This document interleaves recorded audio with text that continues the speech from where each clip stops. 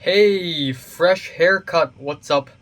Um, yeah, earlier this morning I did the Lord album review, and originally I planned to immediately do a Deafheaven album review afterwards, but no, instead I'm gonna have a haircut first. Now, what's special about this haircut is that for the past few months, actually more than a few months, for the past year, I have been having this left and right hair thing, but you know what? I'm going to go back to my 2019 haircut. So this is a nostalgic haircut. What's up? It's the Culture Detective here, investigating your favorite albums, and today I'm going to do my second review of the day, and that would be Deafheaven's Infinite Granite. I'm gonna say Granite because I feel like it. So, American West Coast black metal shoegaze band Deafheaven, they are back with a new album. Now, I haven't really covered their music a lot on this channel. I did talk about Ordinary Corrupt Human Love when it came out. I thought it was actually a pretty decent album. Surely it has its bland, forgettable moments, but also it has its soaring highs, its blissful instrumentation. I think it is not bad in general. Also, I think I've talked about Sunbather a little bit. Obviously, I like Sunbather. I think it's awesome. Dream House is a blistering album opener. I love the album cover as well. The album cover, mwah, exquisite.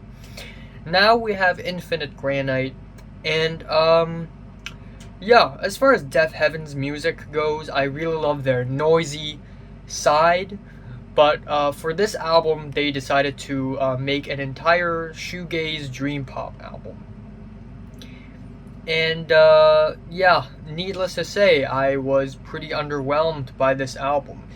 Even though I don't think it is that bad, but it is album ideas like this that either makes them or breaks them. An album that is full on shoegaze either proves that Deafheaven is more talented than they let on, or it's gonna turn up into a huge disaster, or it's gonna be somewhere in the middle. So the first half of the album is Shellstar, In Blur, and Great Mass of Color, as well as an interlude afterwards, and I have to admit, wow, it starts off incredibly weak. Shellstar starts off very bland and formulaic. It's basically a crescendo core where at first you get some very quiet, shimmery guitars, quiet drums, and then it builds up more and more and more and more and more, and then it hit a climax, and then that's it. The track ends. Nothing special ever happens in the first three tracks. It is incredibly bland, very formulaic, very basic, very boring.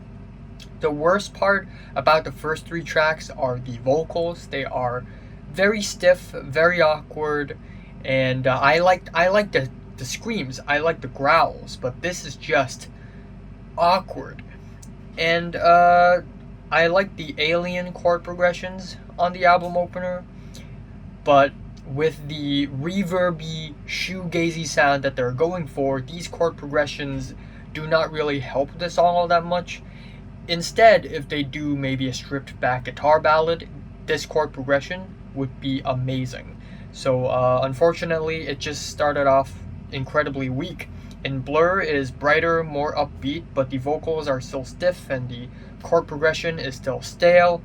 Great Mass of Color is very washed out, very watered down. The vibratos are very awkward, and it's another very predictable track.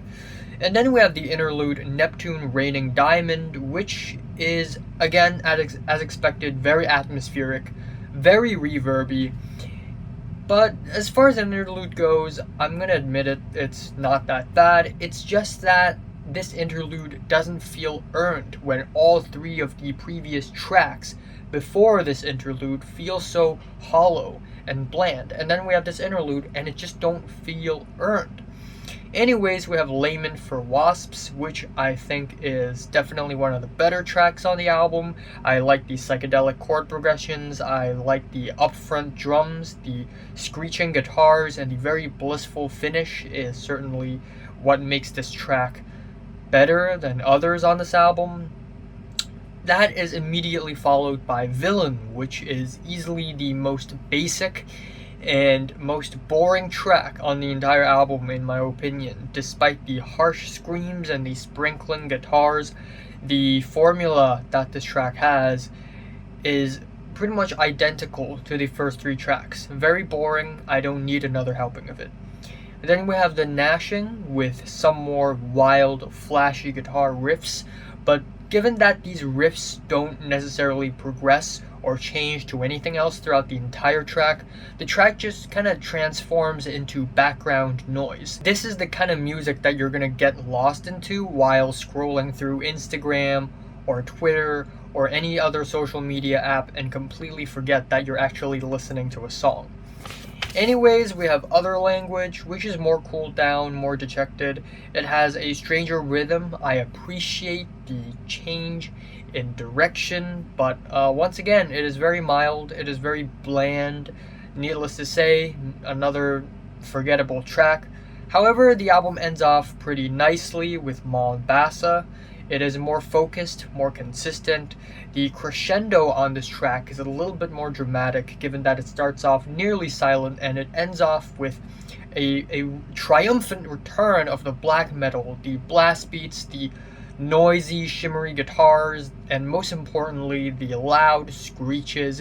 And it is a really good return because I'm yearning for it by the end of the album.